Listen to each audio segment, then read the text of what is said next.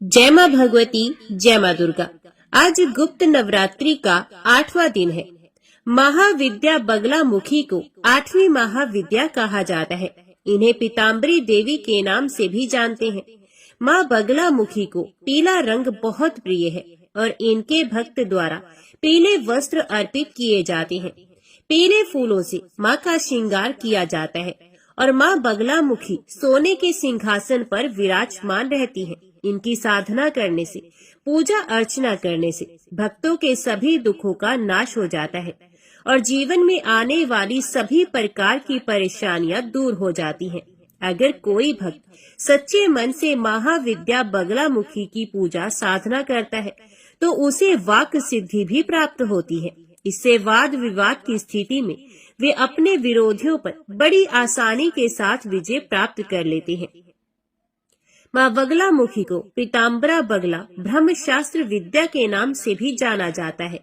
मनुष्य को जीवन की जितनी भी प्रकार की बाधाएं हैं, उन सभी से मुक्ति दिलाने के लिए, पापों से मुक्ति दिलाने के लिए माँ बगलामुखी की पूजा मध्य रात्रि के समय में की जाती है। और जो लोग मध्य रात्रि के समय ना कर पाए, वे सुबह और शाम के समय पूजा कर सकते हैं। खास तौर पर मध्य रात्रि के समय जो भी तंत्र मंत्र की सिद्धि करने वाले साधक हैं, वही बगलामुखी माँ की पूजा करते हैं। आम गृहस्थ जन शाम के और सुबह के समय जिस प्रकार से बाकी दिनों में पूजा करते हैं, उस प्रकार से कर सकते हैं। माँ बगलामुखी की पूजा करने से कोर्ट कचहरी के केस में सफलता प्राप्त होती है। महाविद्या बगलामुखी की पूजा करने के लिए भक्तों को सुबह जल्दी उठकर स्नान करना चाहिए। फिर पीले वस्त्र धारण करके यदि हो सके तो पीले रंग के आसन पर ही बैठकर पूजा करनी चाहिए। चौकी पर पीले वस्त्र बिछाकर माँ बगलामुखी की मूर्ति या तस्वीर स्थापित करनी चाहिए। यदि आपके पास माँ बगलामुखी की मूर्ति या तस्वीर नहीं है और यंत्र हो तो आप यंत्र की स्थापना कर सकते हैं, नहीं तो आप केवल माँ दुर्गा की प्रतिमा की स्थापना भी कर सकते हैं। कलश की स्थापना करके पूजा का संकल्प और व्रत का संकल्प लिया जाता है। फिर माँ को अक्षत, चंदन, रोली, बेलपत्र, पान, मौसमी, फल, खास तौर पर पीले फल जैसे केला, संतरा या बेर आदि, सिंदूर, पीले फूल, धूप, दीप, नैवेद्य आदि सामग्री अर्पित की जाती है। फिर माँ बगलामुखी कवच का पाठ करके व्रत की कथा पढ़ी और सुनी जाती है। मंत्रों का जाप करके सबसे अंत में आरती करके माँ को भोग लगाकर फिर क्षमा याचना करनी चाहिए। परिवार के सभी सदस्यों में माता रानी का प्रसाद बांटना चाहिए। लेकिन आपको ध्यान रखना है कि ये गुप्त नवरात्रि है। आपकी की गई पूजा का आसपास के लोगों को पता न चले और ना ही इस प्रसाद को आप बाहर किसी व्यक्ति को दे। जो भी हम गुप्त नवरात्रि के दिनों में भोग लगाते हैं, वे घर परिवार के ही सदस्य को देना चाहिए। पूजा करते समय आपको किसी और से बात नहीं करनी चाहिए, क्योंकि माँ बगलामुखी अपने भक्तों की विशेष रूप से रक्षा करती हैं। उन्हें हर प्रकार के बुरे कर्मों से बचा लेती हैं, उन्हें सद्बुद्धि प्रदान करती हैं। इसलिए आज के दिन आप जो भी पूजा करते हैं, व्रत रखते हैं, उस दिन आपको भूल से भी दूसरों के बारे में गलत वलत नहीं सोचना चाहिए, बुरा नहीं करना चाहिए। किसी प्रकार की किसी भी तरह की जीव हत्या, जीव हिंसा करने से बचना चाहिए।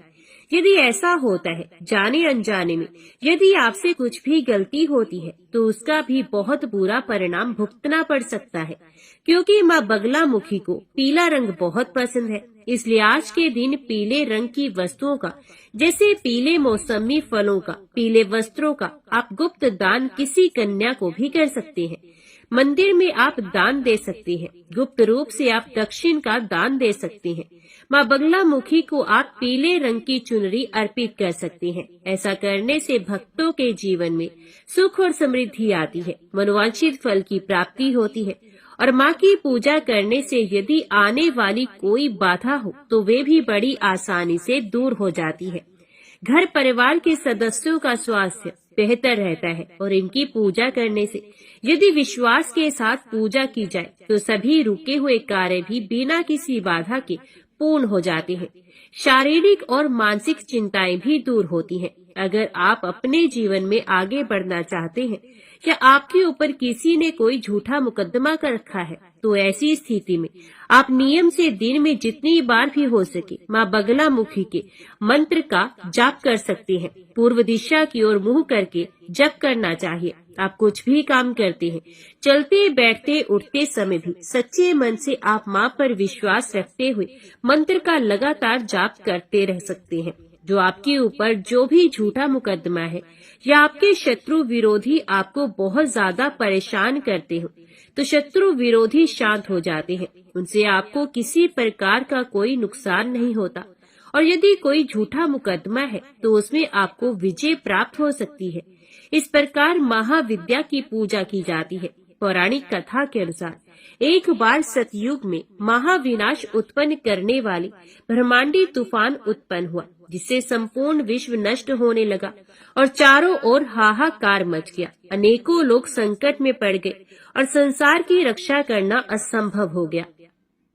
ये प्रचंड तूफान सब कुछ नष्ट भ्रष्ट करता हुआ आगे ही बढ़ता जा रहा था, जिसे देखकर स्वयं भगवान विष्णु भी चिंतित हो गए। इस समस्या का कोई हल ना पाकर वे भगवान शिव को स्मरण करने लगे। तब भगवान शिव ने प्रकट होकर उनसे कहा कि शक्ति के अलावा अन्य कोई भी इस विनाश को नहीं रोक सकता, इसलिए आप उनकी शरण में जाएं। तब भगवान विष्णु ने रुद्र सरोवर के निकट पहुंचकर कठिन तपस्या की। भगवान विष्णु ने तपस्या करके महात्रिपुर सुंदरी को प्रसन्न किया और देवी शक्ति उनकी साधना से प्रसन्न हुई और सौराष्ट्र क्षेत्र की रुद्रा झील में जल क्रीड़ा करती महापीत देवी के हृदय से दिव्य तेज प्रकट हुआ। उस समय चतुर्दशी की रात्रि को देवी बगलामुखी के रूप में प्रकट हुई। त्रिलोक स्तंभ महाविद्या भगवती बगलामुखी ने फिर प्रसन्न होकर श्री विष्णु को इच्छित वरदान दिया। तब कहीं जाकर सृष्टि का विनाश रुक पाया। देवी बगलामुखी को वीर रति भी कहा जाता है, क्योंकि देवी स्वयं ब्रह्मास्त्र रूपिणी है। इनके शिव को एक वक्त्र महारुद्र कहा जाता है, इसलिए देवी सिद्ध विद्या है। तांत्रिक इन्हें स्तंभन की देवी भी मानते हैं और गृहस्थ लोगों के लिए देवी बगलामुखी की पूजा समस्त प्रकार के संशयों का, विघ्नों का शमन करने वाली है। जय माँ भगवती, जय माँ दुर्गा। अभी सुनते हैं श्रीमद् देवी भागवत महापुराण की आगे की कथा। व्यास जी बोले, सैनिकों का वचन सुनकर क्रोध से आकुलित नेत्रों वाले दानवराज शुंभ ने उनसे तुरंत कहा, हे मूर्खों, तुम सब खोटी बात क्यों बोल रहे हो? तुम्हारे वचनों को मानकर मैं भला अपने जीवन की रक्षा क्यों करूं? क्या अपने सचिवों तथा भाई बंधुओं का वध कराकर मैं निर्लज्ज बनकर विचरण करूं? प्राणियों के शुभ अथवा अशुभ का कर्ता जब एकमात्र वही अति बलवान काल है, तो मुझे चिंता क्या? क्योंकि परोक्ष रूप से तो सब पर शासन करने वाला वह काल टाला नहीं जा सकता। जो हो रहा है वह होता रहे, तथा काल जो कुछ भी कर रहा है उसे करता रहे। अब तो मुझे जीवन तथा मृत्यु के विषय में किसी भी प्रकार की चिंता नहीं। वे काल भी भविष्यता को मिटा सकने में समर्थ नहीं है। ऐसा भी होता है कि सावन के महीने में मेघ सदा नहीं बरसते, अपितु कभी कभी अघन, पोष, माघ तथा फाल्गुन में भी असमय ही तेज वृष्टि होने लगती है। अतः समस्त कार्यों में काल ही प्रधान नहीं है। काल तो निमित्त मात्र है, अपितु इसकी तुलना में देव अधिक बलवान है। सब कुछ देव निर्मित है, इसके विपरीत कुछ नहीं होता। मैं तो देव को ही प्रधान मानता हूँ। अनर्थकारी पुरुषार्थ को धिक्कार है, क्योंकि जिस निशुंभ ने सभी देवताओं पर विजय प्राप्त कर ली थी, उसे इस स्त्री ने मार डाला। जो महान शूरवीर रक्त बीज भी विनाश को प्राप्त हो गया, तब अपनी कीर्ति को कलंकित करके मैं ही जीवन की आशा क्यों करूं? जगत के रचयिता सर्व समर्थ स्वयं ब्रह्मा भी दो प्रांत का समय बीत जाने पर तत्क्षण ही निधन को प्राप्त हो जाते हैं। ब्रह्मा जी के एक दिन में 1000 चतुर्युग समाप्त हो जाते हैं और इतनी ही अवधि में 14 इंद्रों का स्वर्ग से पतन हो चुकता है। इसी प्रकार ब्रह्मा जी के जीवन काल का 2 गुना समय बीतने पर विष्णु का अंत हो जाता है तथा इससे भी दूने समय के पश्चात शंकर भी समाप्त हो जाते हैं। इसी प्रकार पृथ्वी, पर्वत, सूर्य तथा चंद्रमा आदि का भी विनाश हो जाता है। तब हे मूर्खों, देव की बनाई हुई इस अटल मृत्यु को विषय में क्या चिंता? जन्म लेने वाले की मृत्यु निश्चित है तथा मरने वाले का जन्म निश्चित है। अतः इस अनित्य शरीर के द्वारा अपनी स्थिर कीर्ति की रक्षा करनी चाहिए। शीघ्रता पूर्वक मेरा रथ तैयार करो, मैं सम्रांगण में जाऊंगा। विजय अथवा मरण प्रारब्ध के अनुसार जो भी होने वाला हो वे आज ही हो जाए। सैनिकों से ऐसा कहकर विशुंभ तुरंत रथ पर सवार होकर हिमालय की ओर चल दिया, जहाँ भगवती विराजमान थी। उस समय हाथी, घोड़े, रथ तथा पैदल चलने वालों से सुसज्जित एवं नानाविध आयुधों से युक्त विशाल चतुरंगिणी सेना भी उसके साथ चल पड़ी। उस पर्वत पर पहुंचकर शुंभ ने त्रिभुवन को मोहित करने वाली परम सुंदरी सिंह वाहिनी भगवती जगदम्बिका को वहां विराजमान देखा। वे सभी प्रकार के आभूषणों से अलंकृत थी तथा सभी शुभ लक्षणों से संपन्न थी। देवता, यक्ष तथा किन्नर आकाश में स्थित होकर उनकी स्तुति कर रहे थे तथा मंदार वृक्ष के पुष्पों से पूजा कर रहे थे और वे मनोहर शंख ध्वनि तथा घंटा नाद कर रहे थे। उन्हें देखकर शुंभ मोहित हो गया। काम बाण से आहत वे शुंभ कामासक्त होकर मन ही मन सोचने लगा, अहो इसका ऐसा आकर्षक रूप तथा ऐसा अद्भुत चातुर्य है। सुकुमारता तथा धीरता ये दोनों परस्पर विरोधी भाव इसमें एक साथ विद्यमान है। अत्यंत कृश शरीर वाली इस सुकुमारी में अभी अभी यौवन प्रस्फुटित हुआ है, किंतु आश्चर्य है कि ये रमणी काम भावना से रहित है। रूप में कामदेव की पत्नी रति के समान सुंदर तथा सभी शुभ लक्षणों से संपन्न यह स्त्री कहीं अंबिका ही तो नहीं, जो सभी महाबली दानवों का संहार कर रही है। इस अवसर पर मैं कौन सा उपाय करूं जिससे ये मेरी वशवर्तिनी हो जाए। इस हंस सदृश नेत्रों वाली को वश में करने हेतु मेरे पास कोई मंत्र भी नहीं है। सर्व मंत्रमयी, सबको मोहित करने वाली, अभिमान में मत रहने वाली तथा उत्तम लक्षणों वाली ये सुंदरी किस प्रकार मेरे वश में होगी। अब युद्ध भूमि छोड़कर पाताल लोक जाना भी मेरे लिए उचित नहीं है। साम, दान तथा भेद आदि उपायों से भी ये महाबलशालिनी वश में नहीं की जा सकती। इस विषम परिस्थिति के आ जाने पर अब मैं क्या करूं, कहाँ जाऊं। स्त्री के हाथों मर जाना भी उचित नहीं, क्योंकि ऐसी मृत्यु यश को नष्ट करने वाली होती है। ऋषियों ने उस मृत्यु को शेष कर कहा है जो समर भूमि में समान बल वाले योद्धाओं के साथ लड़ते लड़ते प्राप्त हो। सैकड़ों वीरों से श्रेष्ठ महाबलशालिनी तथा देव विरचित ये नारी मेरे कुल के पूर्ण विनाश के लिए यहाँ उपस्थित हुई है। मैं इस समय साम नीति से युक्त वचनों का प्रयोग व्यर्थ में क्यों करूं, क्योंकि ये तो संहार के लिए आई है। तो फिर साम वचनों से ये कैसे प्रसन्न हो सकती है। अनेक प्रकार के विभूषित होने के कारण दान आदि के प्रलोभन भी ये विचलित नहीं की जा सकती। भेद नीति भी निष्फल सिद्ध होगी, क्योंकि सभी देवता इसके वश में हैं। अतएव संग्राम में मर जाना श्रेयस्कर है, किंतु पलायन करना ठीक नहीं। अब तो प्रारब्ध के अनुसार विजय अथवा मृत्यु जो भी होना हो वे हो। व्यास जी बोले, इस प्रकार अपने मन में विचार करके शुंभ ने धैर्य का सहारा लिया।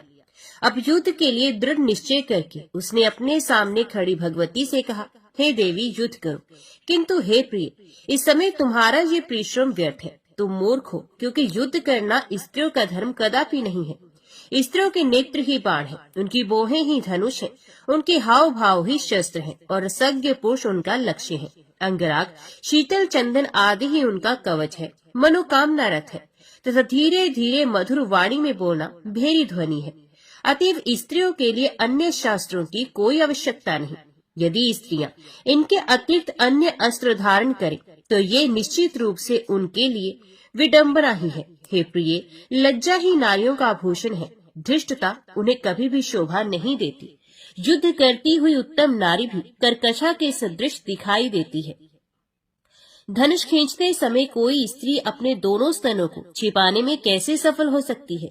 कहा नारियों की मंथर गति और कहा युद्ध में गदा लेकर दौड़ना। इस समय यह कालिका तथा दूसरी स्त्री चामुंडा ही तुम्हें बुद्धि देने वाली है। मध्यस्थ होकर चंडी का मंत्रणा देती है। कर्कश स्वर वाली शिवा तुम्हारी सुसेवा करती है और सभी प्राणियों में भयंकर सिंह तुम्हारा वाहन है।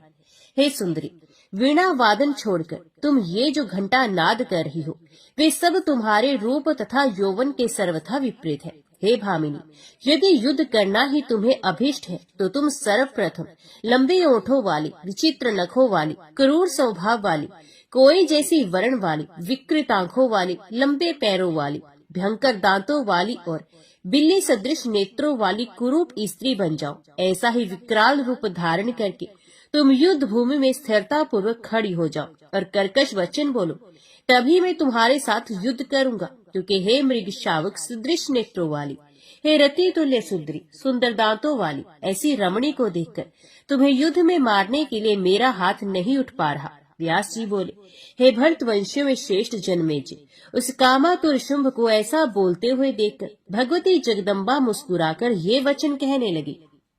देवी बोली, हे मंदबुद्धि, कामबाण से विमोहित होकर तुम इस प्रकार विषाद क्यों कर रहे हो? हे मूढ़, तुम पहले कालिका अथवा चामुंडा के साथ ही युद्ध करो।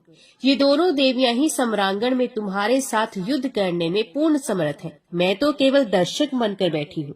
तुम इन दोनों पर यथेष्ट प्रहार करो, मैं तुमसे लड़ने की इच्छा नहीं करती। शुंभ से ऐसा कहकर भगवती ने मधुर वाणी में कालिका से कहा, हे क्रूर कालिके, कुरूपा के साथ लड़ने की इच्छा वाले इस दानव को तुम युद्ध में मार डालो। व्यास जी बोले, भगवती के इस प्रकार कहने पर काल रूपिणी कालिका काल से प्रेरित होकर बड़ी तेजी से तत्काल गदा उठाकर सावधानी पूर्वक रण में खड़ी हो गई। इसके बाद सभी देवताओं, मुनियों और महात्माओं के देखते देखते उन दोनों में अति भीषण युद्ध प्रारंभ हो गया। शुंभ ने अपनी गदा लेकर उससे कालिका पर प्रहार किया। भगवती कालिका भी अपनी गदा से दैत्यराज शुंभ पर तेज प्रहार करने लगी।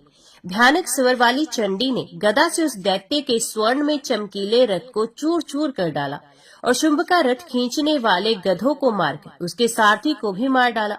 अब क्रोध में भरे हुए शुंभ ने अपनी विशाल गदा लेकर अट्टहास करते हुए पैदल ही पहुंचकर कालिका की दोनों भुजाओं के मध्य भाग पर प्रहार किया। तब कालिका ने उसके गदा प्रहार को निष्फल करके शीघ्रता पूर्वक तलवार उठाकर शुंभ के चंदन चर्चित तथा आयुध युक्त बाएं हाथ को काट दिया। हाथ कट जाने तथा रथ विहीन होने के बावजूद भी रक्त से लथपथ वे शुंभ हाथ में गदा लिए हुए शीघ्रता पूर्वक कालिका के पास पहुंचकर उनके ऊपर प्रहार करने लगा।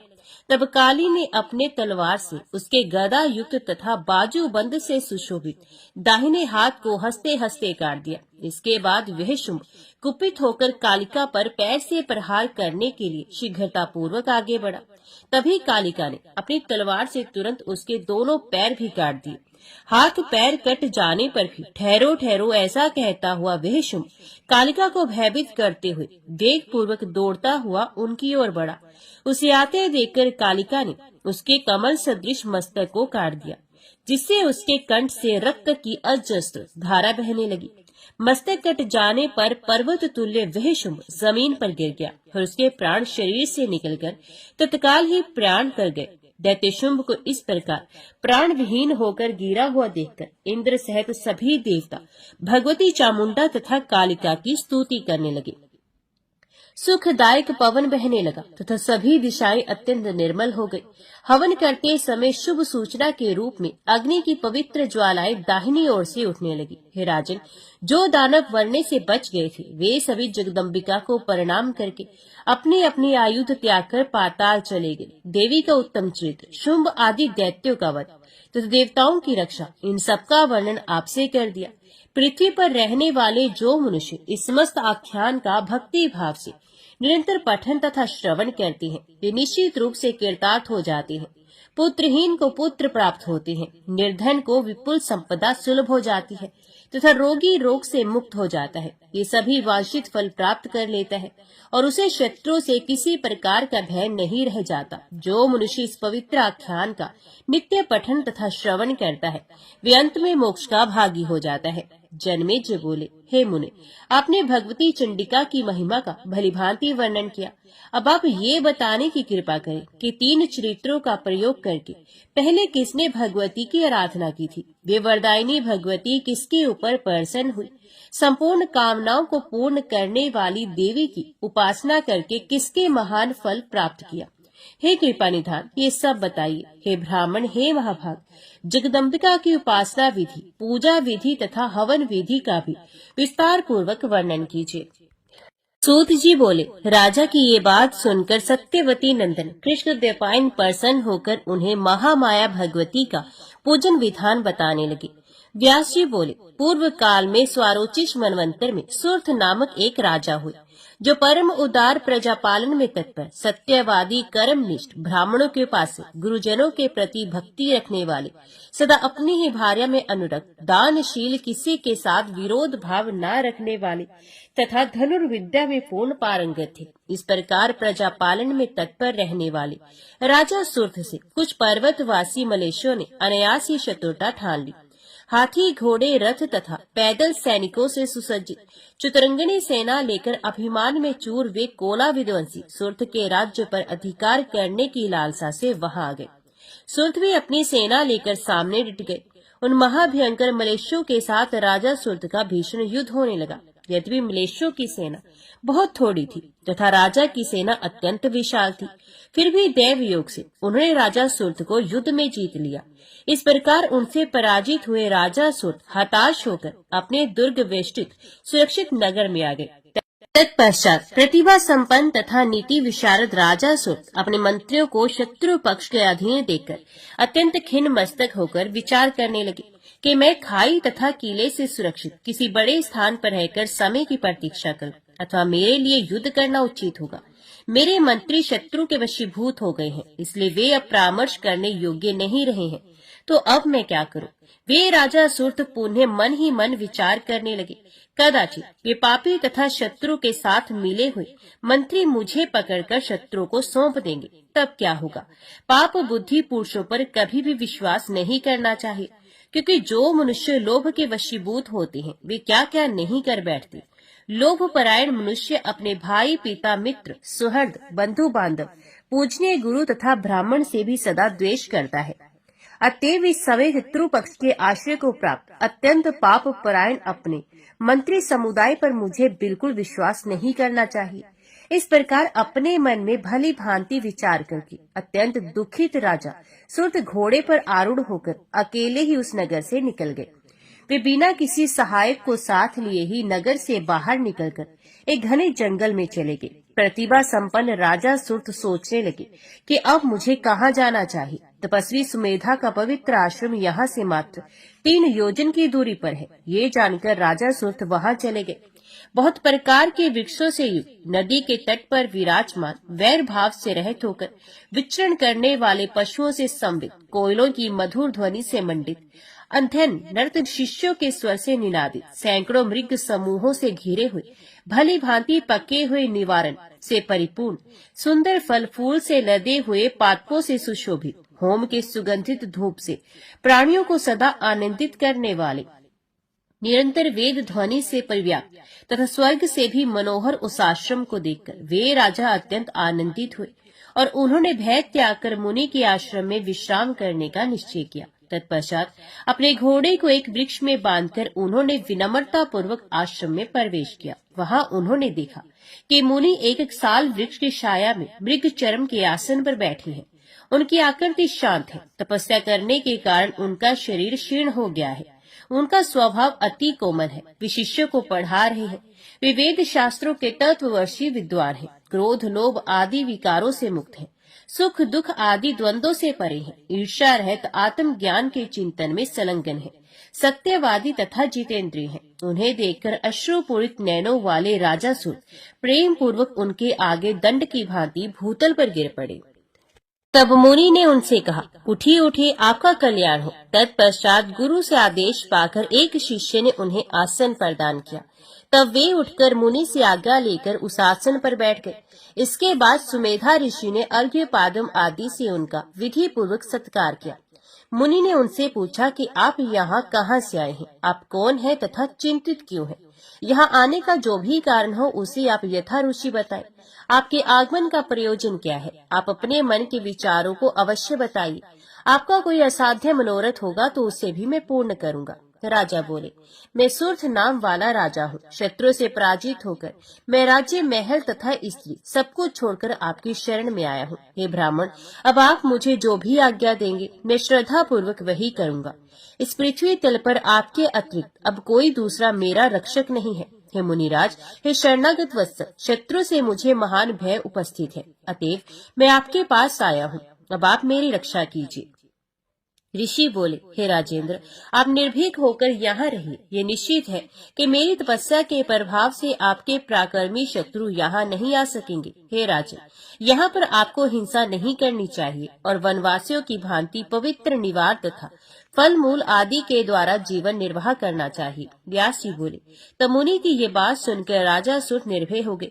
अब वे फल मूल का आहार करते हुए पवित्रता के साथ उस आश्रम में ही रहने लगे। किसी समय उस आश्रम में एक वृक्ष की छाया में बैठे हुए चिंताकुल राजा सुर्थ का चित्त घर की ओर चला गया और वे सोचने लगे, निरंतर पाप कर्म में लगे रहने वाले मनुष्य, शत्रु ने मेरा राज्य छीन लिया। उन दुराचारी तथा निर्लज्ज मलेच्छों के द्वारा मेरी प्रजा बहुत सताई जाती होगी। मेरे सभी हाथी तथा घोड़े आहार ना पाने तथा शत्रु से प्रताड़ित किए जाने के कारण अत्यंत दुर्बल हो गए होंगे, इसमें तो कोई संदेह नहीं। अपने जिन सेवकों का मैंने पहले पालन पोषण किया था, वे सब शत्रुओं के अधीन हो जाने के कारण कष्ट का अनुभव करते होंगे। उन अति दुराचारी तथा अपव्यय करने के स्वभाव वाले शत्रुओं ने मेरा धन द्युत, मदिरालय एवं वैश्यालयों में निश्चित रूप से खर्च कर दिया होगा। वे पाप बुद्धि मेरा समस्त राजकोष व्यसनों में नष्ट कर डालेंगे। सत्पात्रों को दान देने की योग्यता भी उन मनुष्यों में नहीं है और मेरे मंत्री भी अधीनता में रहने के कारण उन्हीं के जैसे हो गए होंगे। महाराज सुर्थ वृक्ष के नीचे बैठकर इसी चिंता में पड़े हुए थे कि उसी समय एक विषादग्रस्त वैश्य वहां पहुंचा। राजा ने उस वैश्य को सामने देख लिया। उन्होंने उसे अपने समीप में बैठा लिया और पुनः उससे पूछा, आप कौन हैं तथा इस वन में कहां से आए हैं? आप कौन हैं? आप उदास क्यों हैं? चिंताग्रस्त रहने के कारण आप तो पीले वर्ण के हो गए हैं। हे महाभाग, 7 पग एक साथ चलने पर ही मैत्री समझ ली जाती है, अतः आप मुझे सब कुछ सच सच बता दीजिए। व्यास जी बोले, राजा का वचन सुनकर वे वैश्य श्रेष्ठ उनके पास बैठ गया और उसे सज्जन समागम समझकर शांत चित्त होकर उनसे कहने लगा, हे मित्र, मैं वैश्य जाति में उत्पन्न हूँ और समाधि नाम से प्रसिद्ध हूँ। मैं धनवान, धर्म कार्य में निपुण, सत्यवादी और ईर्ष्या से रहित हूँ। फिर भी धन के लोभी और कुटिल स्त्री पुत्रों ने मुझे घर से निकाल दिया। उन्होंने मुझे कृपण कहकर कठिनाई से टूटने वाला माया बंधन भी तोड़ दिया। अतः अपने कुटुंबियों से परित्यक्त होकर मैं अभी अभी इस वन में आया हूँ। हे प्रिय, आप कौन हैं? मुझे बताएं। आप भाग्यवान प्रतीत हो रहे हैं। राजा बोले, मैं सुर्थ नाम का राजा हूँ। मैं दसइयों से पीड़ित हूँ। मंत्रियों के द्वारा ठगे जाने के कारण राज्य विहीन होकर मैं यहाँ आया हूँ। हे वैश्य श्रेष्ठ, भाग्यवश आप मुझे यहाँ मित्र के रूप में मिल गए हैं। अब हम दोनों सुंदर वृक्षों से युक्त इस वन में विहार करेंगे। हे महाबुद्धिमान वैश्य श्रेष्ठ, चिंता छोड़िए और प्रसन्नचित होइए। अब आप मेरे साथ यहीं पर इच्छा अनुसार सुख पूर्वक रहिए। वैश्य बोला, मेरा परिवार आश्रय रहित है। मेरे बिना परिवार के लोग अत्यंत दुखी होंगे। मेरे बारे में चिंता करते हुए वे रोग तथा शोक से व्याकुल हो जाएंगे। हे राजन, मेरी पत्नी तथा पुत्र शारीरिक सुख पा रहे होंगे अथवा नहीं। इसी चिंता से व्याकुल रहने के कारण मेरा मन शांत नहीं रह पाता। हे राजन, मैं पुत्र, पत्नी, घर और स्वजनों को कब देख सकूंगा? ग्रह की चिंता से अत्यंत व्याकुल मेरा मन स्वस्थ नहीं हो पाता। राजा बोले, हे महामती, जिन दुराचारी तथा महामूर्ख पुत्र आदि के द्वारा अब घर से निकाल दिए गए, उन्हें देखकर अब आपको कौन सा सुख मिलेगा? दुख देने वाले सुहृदों की अपेक्षा सुख देने वाला शत्रु श्रेष्ठ है। अतः अपने मन को स्थिर करके आप मेरे साथ आनंद कीजिए। वैश्य बोला, हे राजन, दुर्जनों के द्वारा भी अत्यंत कठिनता से त्यागे जाने वाले कुटुंब की चिंता से अत्यंत दुखित मेरा मन इस समय स्थिर नहीं हो पा रहा है। राजा बोले, राज्य संबंधी चिंता मेरे मन को भी दुखी करती है। तो अब हम दोनों शांत प्रकृति वाले मुनि से शोक के नाश की औषधि पूछें। व्यास जी बोले, ऐसा विचार करके राजा और वैश्य दोनों ही अत्यंत विनम्र होकर शोक का कारण पूछने के लिए मुनि के पास गए। वहां जाकर राजा सुर्थ आसन लगाकर शांत बैठे हुए मुनि श्रेष्ठ को प्रणाम करके स्वयं भी सम्यक रूप से आसन पर बैठकर शांति पूर्वक उनसे कहने लगे। राजा बोले, हे मुनि, ये वैश्य है। आज ही वन में इनसे मेरी मित्रता हुई है। पत्नी और पुत्रों ने इन्हें निकाल दिया है और अब यहाँ इन्हें मेरे साथ प्राप्त हुआ है। परिवार के वियोग से ये अत्यंत दुखी और विक्षुब्ध है। इन्हें शांति नहीं मिल रही और इस समय मेरी भी ऐसी स्थिति है। हे महामती, राज्य चले जाने के दुख से मैं भी शोक संतप्त हूँ। व्यर्थ की ये चिंता मेरे हृदय से निकल नहीं रही। मेरे घोड़े दुर्बल हो गए होंगे, हाथी शत्रु के अधीन हो गए होंगे।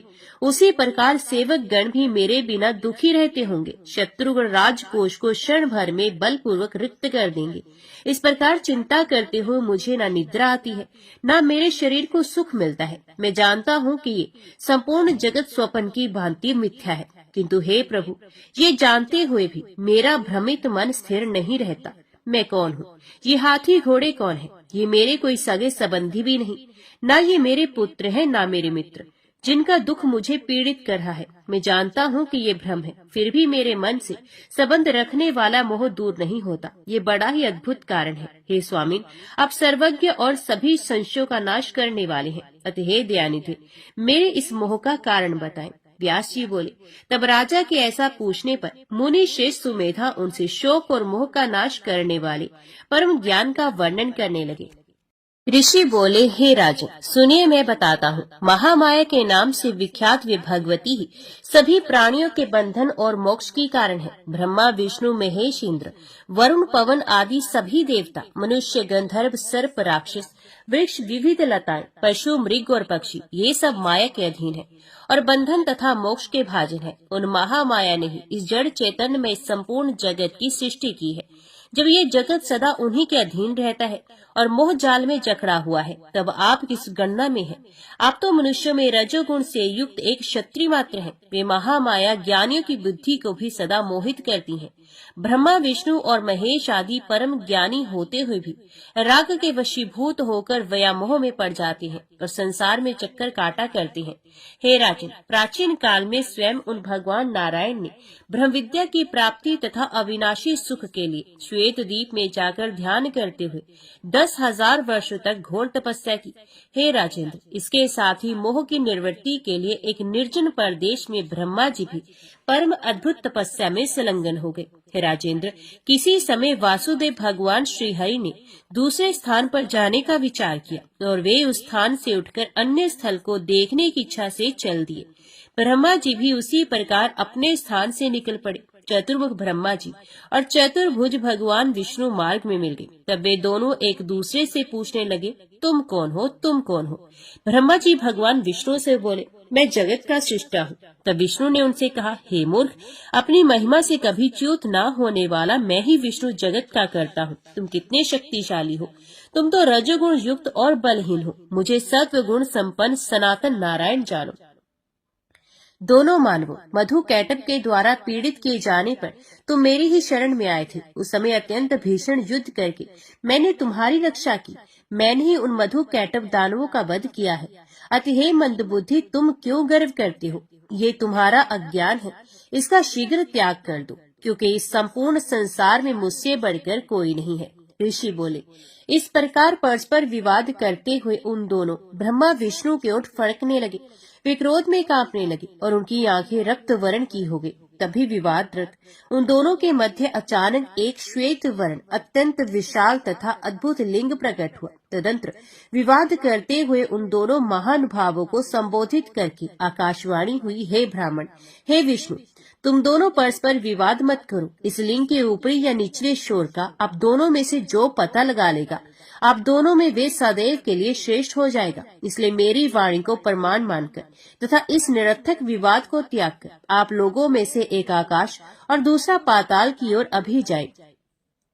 इस विवाद में आप दोनों का एक मध्यस्थ भी अवश्य कर लेना चाहिए। ऋषि बोले, उस दिव्य वाणी को सुनकर वे दोनों चेष्टा पूर्वक उद्यम करने के लिए तैयार हो गए और अपने समक्ष स्थित उसे देखने में अद्भुत लिंग को मापने के लिए चल पड़े। अपने अपने महत्व की वृद्धि के लिए उस महालिंग को नापने हेतु विष्णु पाताल की ओर और ब्रह्मा आकाश की ओर गए। कुछ दूर तक जाने पर विष्णु पूर्ण रूप से थक गए।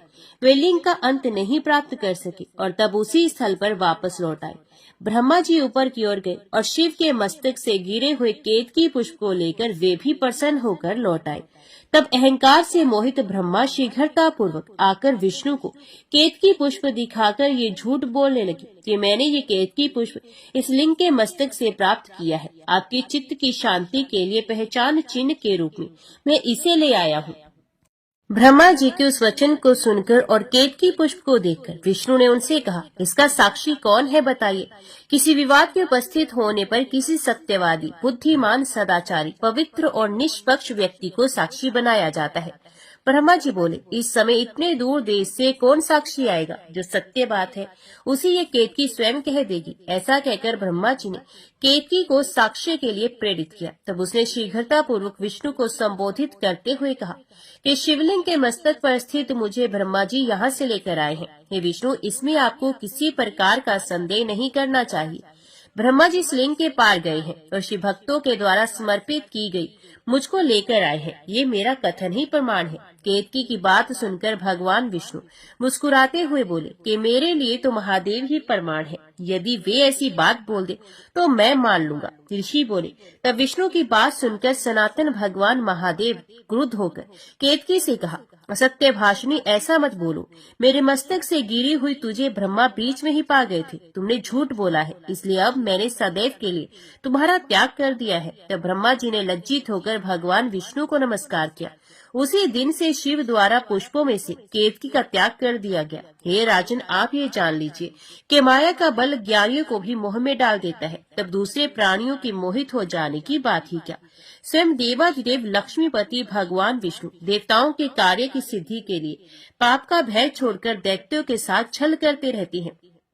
वे ऐश्वर्य संपन्न भगवान माधव अपने सुख और आनंद को त्याग कर विविध योनियों में अवतार लेकर दैत्यों के साथ युद्ध करते हैं। देवताओं के कार्य हेतु अंश अवतार ग्रहण करने वाले सर्वज्ञ तथा जगत गुरु भगवान विष्णु में भी ये माया शक्ति अपना प्रभाव डालती है। तब हे राजन, अन्य की क्या बात है। राजन, वे परम प्रकृति स्वरूपा महामाया ज्ञानियों के मन को भी बलपूर्वक आकृष्ट करके मोहित करती है। जिन भगवती के द्वारा स्थावर जन्मात्मक ये संपूर्ण जगत व्याप्त है, वे ही ज्ञानदायिनी, मोहदायिनी तथा बंधन एवं मोक्ष प्रदान करने वाली है। राजा बोले, हे भगवान, मुझे उनके स्वरूप, उत्तम बल, उनकी उत्पत्ति का कारण और उनके परम धाम के विषय में बताइए। ऋषि बोले, हे राजन, अनादि होने के कारण उनकी कभी उत्पत्ति नहीं होती।